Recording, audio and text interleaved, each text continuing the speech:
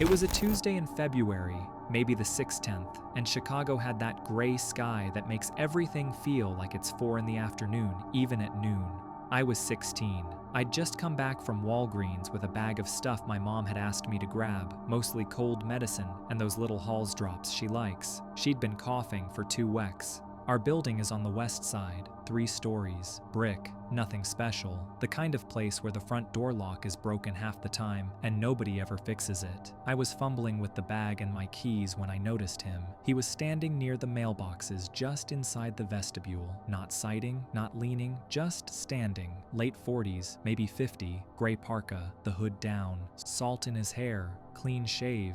He wasn't on a phone, he wasn't doing anything. He was just there, and he looked up when I came in, and he smiled like he already knew me. "Hey," he said, quiet, careful, like he'd been practicing that one word for a while. I nodded the way you nod at anyone in the hallway and moved toward the stairs. "You're Angela's boy." I stopped. That's my mom's name. Nobody in the building calls her Angela. To the neighbors, she's Ms. Reyes, or the woman in 3B. I turned around. He hadn't moved. He was still standing by the mailboxes with his hands loose at his sides, and he looked embarrassed, like he was the one caught doing something wrong. "I'm sorry," he said. "I know this is weird. I've been sitting in my car outside for about 2 hours trying to figure out how to do this." "Do what?" He took a small breath. Not dramatic, just a breath. "I think I'm your dad." I remember the plastic handle of the Walgreens bag digging into 2 of my fingers, and I remember thinking it was too warm inside the vestibule, that they always cranked the radiator in February, and you could feel it in your face the second you came in. "My dad left when I was 3, I said. It came out flater than I meant. "I know," he said. "I know he did. I did." I didn't say anything for a while. He said, "You were born on August 4th, 2005. Your mom worked at that dentist's office on Ashland back then. You lived on Hoyne, 2nd floor, above the guy with the 2 Rottweilers. I don't remember his name, something with a K." He was right about all of it. The dentist's office, the apartment on Hoyne, even the dogs. My mom used to tell me about those dogs, how they'd bark every time I cried as a baby, like they were mad at me for waking them up. "I'm not asking for anything," he said. "I don't want money. I don't want to come upstairs. I just wanted to see you once. And if you tell me to leave right now, I'll leave and you won't see me again."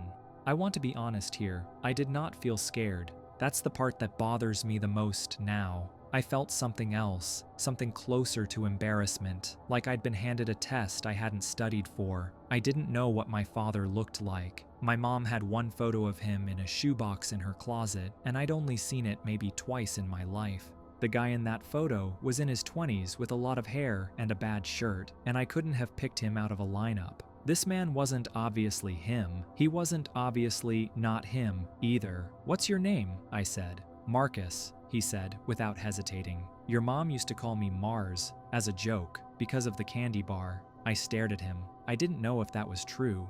It sounded like the kind of thing that could be true. He didn't come closer. That was the thing that stuck with me later. He kept his distance the entire time. He never asked me to shake his hand. He never asked me anything about myself either. Not what school I went to, not what grade I was in, nothing. He mostly just watched my face like he was checking something on it.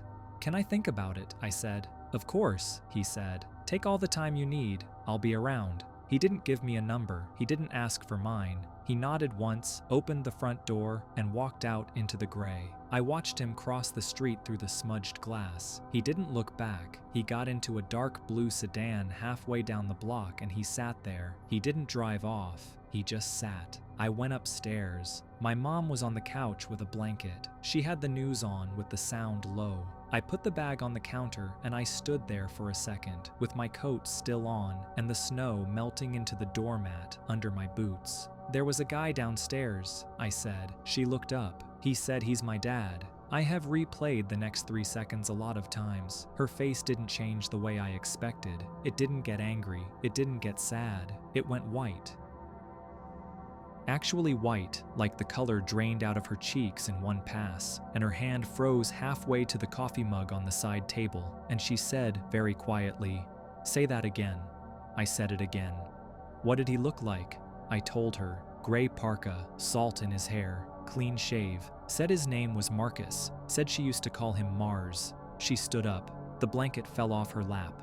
She walked past me to the window and pulled the curtain back an inch and looked down at the street for a long time. I could see the blue sedan from where I was standing. That is not your father, she said. Mom, he knew stuff. He knew the Hoyne apartment. He knew about the dogs. He knew your name. She let the curtain fall. Your father died in 2014, she said. In Arizona. I didn't tell you because you were 8 and I didn't know how. And then you were 10 and I still didn't know how. And then it just became a thing I hadn't said. I want to describe what I felt in that moment, but I don't really remember feeling anything. I remember the sound of the radiator ticking. I remember the news anchor talking about a snowstorm coming in from Iowa. I remember my mom picking up her phone with both hands like it was heavier than it should have been.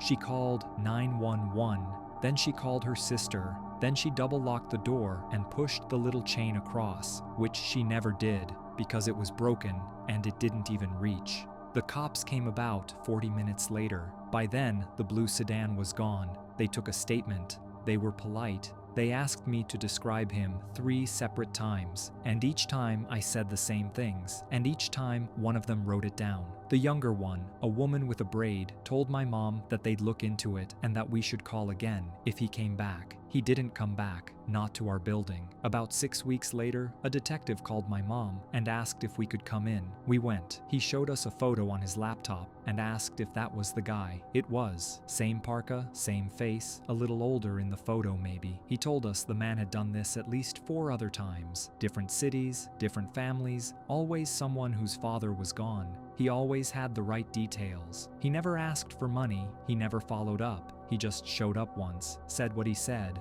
and left. The detective didn't say what the man wanted. I don't think he actually knew. I asked him directly, and he said something like, "We're still trying to understand the pattern," which is the kind of thing people say when they don't have an answer and don't want to make one up. They picked him up in Indiana that summer. I don't know what happened after that. My mom stopped following the case at some point, and I didn't push her about it. The thing I keep coming back to isn't him. It's the fact that he knew about the dogs on Hoyne. My mom said she never told anyone that story outside the family. She said it out loud in the kitchen about a week after the detective called, and then she looked at me and said, "How did he know about the dogs?" And I didn't have an answer, and neither did she. We moved that spring, different neighborhood, same city. She kept the shoebox. The house was on a road that didn't show up on my GPS unless I zoomed in 3 times. This was outside Hazard, Kentucky, deep in April 2021, and I'd been driving on gravel for maybe 20 minutes when the tree line finally broke open. It was a 2-story farmhouse with 2 extensions bolted onto the sides, one clearly newer than the other, a trampoline, a rusted-out swing set. 3 trucks in the drive, one of them without wheels, resting on cinder blocks. The kind of place where the family has been on that land longer than the state has had that name. I was there for a scheduled welfare check. The family, the Halls, had been receiving assistance for years, and there was a routine flag on the file. Nothing serious, just something the caseworker before me had noted and never followed up on. I was the follow-up. A woman met me on the porch before I got out of the car. Late 40s, hair pulled back, wearing an apron that looked hand-sewn. She smiled the whole time she introduced herself as Renee. "Come on in, ma'am. We've been expecting you." Inside, the house was clean. That's the first thing I want you to understand. It was clean in a way most of the homes on my rotation weren't. Wood floors swept, kitchen counters wiped, the smell of cornbread and something with onions in it. Kids' shoes lined up by the door in size order, a stack of folded laundry on a bench. There were people everywhere. I counted, quietly, while Renee walked me to the kitchen. I got to 17 before I lost track. 3 older men on the front porch I'd walked past, 2 women at the sink, a younger man on a chair by the window with a baby on his knee, kids on the stairs, kids on the rug, kids in the doorway to what looked like a dining room. Every single kid was watching me, not staring exactly, not doing that hostile thing kids sometimes do when a stranger shows up, just tracking, like I was something on a screen they were told to keep an eye on. A boy of maybe 8 had a toy truck in his hand, and he wasn't playing with it. He was just holding it, watching me over the top of it. "Y'all say hi to Miss," Renee said. None of them said hi. Renee didn't seem bothered. She just kept walking, called one of the women at the sink to bring coffee. I sat down at the kitchen table with Renee across from me and started going through my checklist: income, food security, school enrollment. Standard stuff. Renee had answers for everything. Not rehearsed exactly, but ready. She'd done this before. I asked about the kids and started with the boy on the stairs. He was closest. "How old are you, sweetheart?" Renee answered. "That's Caleb. He'll be 9 in June." "Caleb, do you like school?" "He's homeschooled," Renee said. "We all do the homeschool. My sister Anne does most of the teaching." I looked at Caleb. He looked at Renee, then back at me. His mouth didn't move. I tried a girl in the doorway, maybe 6 years old, in a dress that came down past her knees. "And what's your name?" "That's Maribeth," Renee said, smiling, always smiling. "She's a shy one." "Maribeth, do you have a favorite animal on the farm?" Maribeth's eyes flicked to a spot behind me and stayed there. I turned to look. One of the older men from the porch was now standing in the hallway. He hadn't made a sound coming in. He was maybe 70, tall, wearing a flannel shirt tucked into his jeans, and he was looking at me the way you look at a coyote that's wandered too close to the chicken coop. He didn't nod. He didn't say anything. He just stood there. Renee said, "That's Papa." "Don't mind him." I did mind him. I minded him a lot. I asked if I could see the kids' rooms, which is standard. Renee walked me upstairs. So did one of the other women, Anne, the school teacher, who I hadn't been introduced to yet, but who just fell in behind us like it was already decided. The rooms were clean, bunk beds, quilts, a few toys, no posters, no drawings on the walls. I asked Anne how many kids slept in each room, and she gave me a number, and then Renee gave me a slightly different number, and they looked at each other, and Renee corrected herself. On the way back down, I stopped by a little girl sitting on the top step. She was maybe 4. She had a doll in her lap, and she was pulling at its hair, one strand at a time.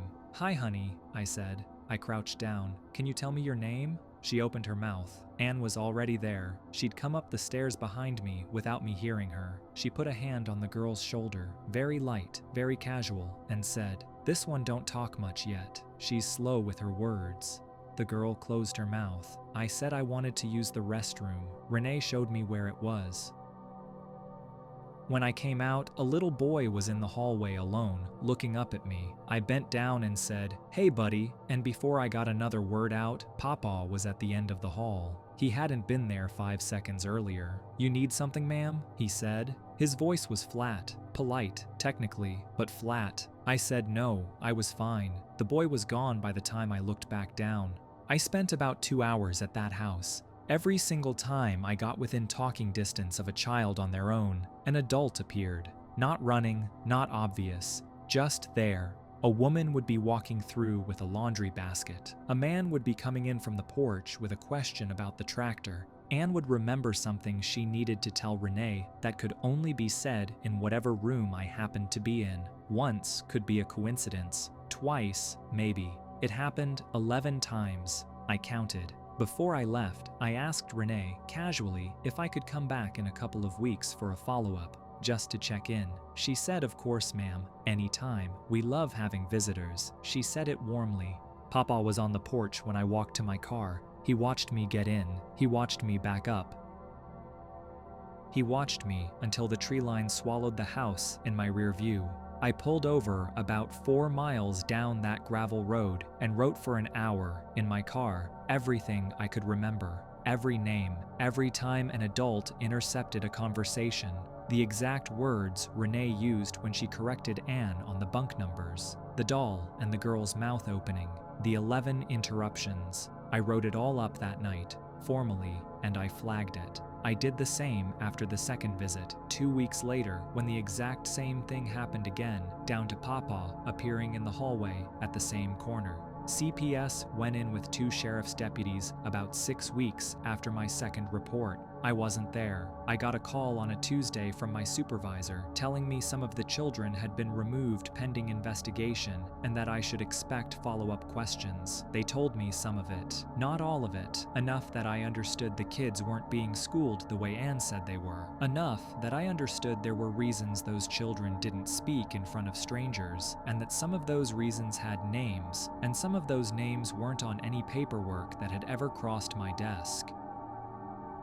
I asked later about the little girl on the stairs with the doll. My supervisor was quiet for a second on the phone and then said she was safe now and that I should be proud of the reports I filed. I don't think proud is the right word, but I keep writing them, every visit, every time, in detail.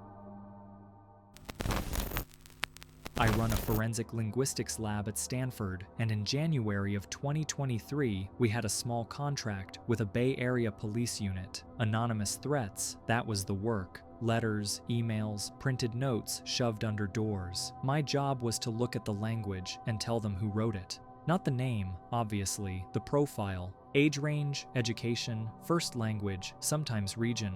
People leak themselves through grammar. They cannot help it. The contract came in batches. That January, it was 17 documents, most of them boring. A guy in Fremont threatening his ex-wife's boss with the same 3 misspellings across 4 emails. A group of letters to a mosque in San Jose that all shared a very specific comma habit. Easy work. I had a grad student cross-checking me, and we billed by the document. The 6/10 file in the batch was different. It was a Word document, printed, then scanned back in, about 3,000 words, addressed to nobody in particular. It described, in flat sequential order, things that were going to happen to people in a specific zip code in the East Bay, buildings, vehicles, a public transit station, 2 names, first names only, with descriptions of where those people worked.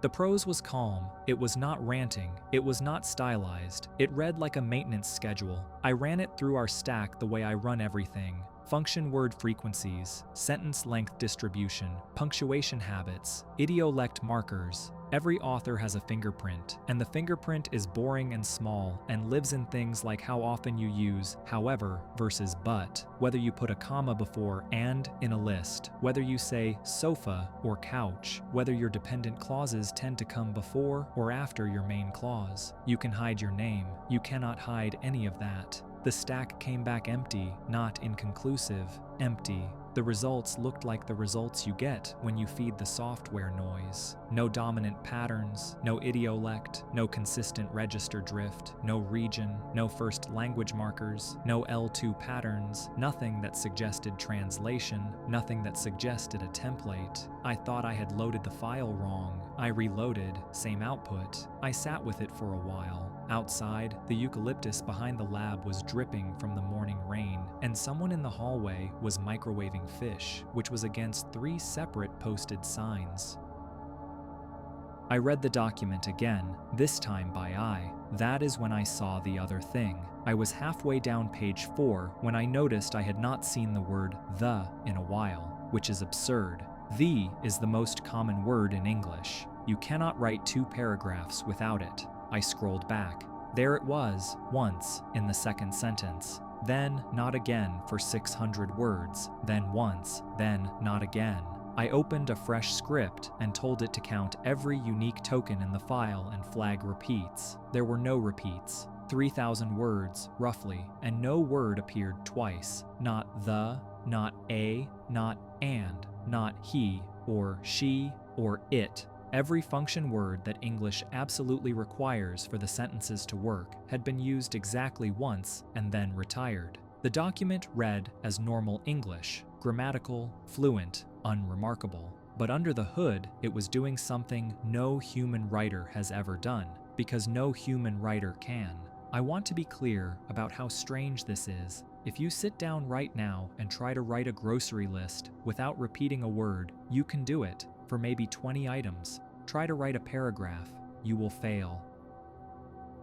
Try 3,000 words of flowing prose, with pronouns, with articles, with prepositions, and you would need a thesaurus the size of a small library and about a month. And even then, somebody would find of twice. I called my department head. I told her what I had. She was quiet for a bit and then said, "You sure the OCR didn't do something weird?" I told her the file was pristine text under the scan. She said, "Run it again anyway." I ran it again. Same result. I ran a control on the 15 other documents in the batch. All of them behaved like normal English, the and of, clustering exactly where you would expect them to cluster. Zip, distribution, textbook, only the 16th was flat. The department head came down to the lab. She read a page. She said, "So it's generated."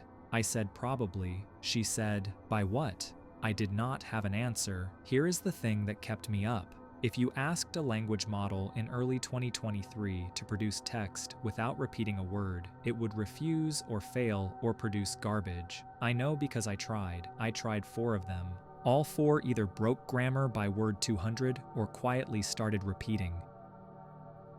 The document in front of me did not break grammar. It did not repeat. The sentences varied in length like human sentences. The rhythm was fine. If I had not run the counter, I would have said a person wrote it, a person with no interesting habits at all. But there are no people with no habits. That is the whole basis of my field. I spent 2 more days on it. I looked at collocations, at n-grams, at rare word placement, at the distribution of Latinate versus Germanic vocabulary. Everything was averaged. It was as if someone had taken a photograph of the English language from very far away, where all the faces blur into one face, and then written a document in that face. On day 3, I wrote the report. I said the text most likely originated from software, given the statistical impossibility of the vocabulary distribution under human authorship. I also wrote, because I had to write it, that syntactic analysis did not confirm machine origin. The sentences did not have the tells that generated text had back then. No hedging phrases, no soft transitions, no over-explanation.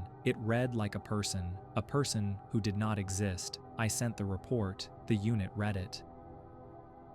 They asked one follow-up question, which was whether I could give them a region. I said no. They closed the file, 17 documents, 16 with profiles, 1 marked unresolved. That was the end of my part of it. In April, a substation in the East Bay caught fire under conditions the county called suspicious. In May, a woman with the first name from the document was hit by a car in the parking lot of the place. The document said she worked. She lived. The car was never found. In late June, there was an incident at the transit station. I read about it on my phone at a conference in Denver. I stopped reading halfway through and put the phone face down on the hotel bed and sat on the edge of the mattress with my hands folded. I never contacted the unit again. They never contacted me. I do not know if anyone else in that office made the connection, or if the document ended up in a drawer with the other unresolved files, which is where most unresolved files end up. I kept a copy. It is in a folder on an external drive, labeled with the case number and nothing else. I open it sometimes, not often, maybe twice a year. I tell myself I am looking at it professionally to see if newer tools can catch something my old stack missed. That is partly true. Each time I read it, I notice something I did notice before. The first time, after the news, I saw that one of the buildings mentioned in the document was described using a detail that had not been publicly available in January.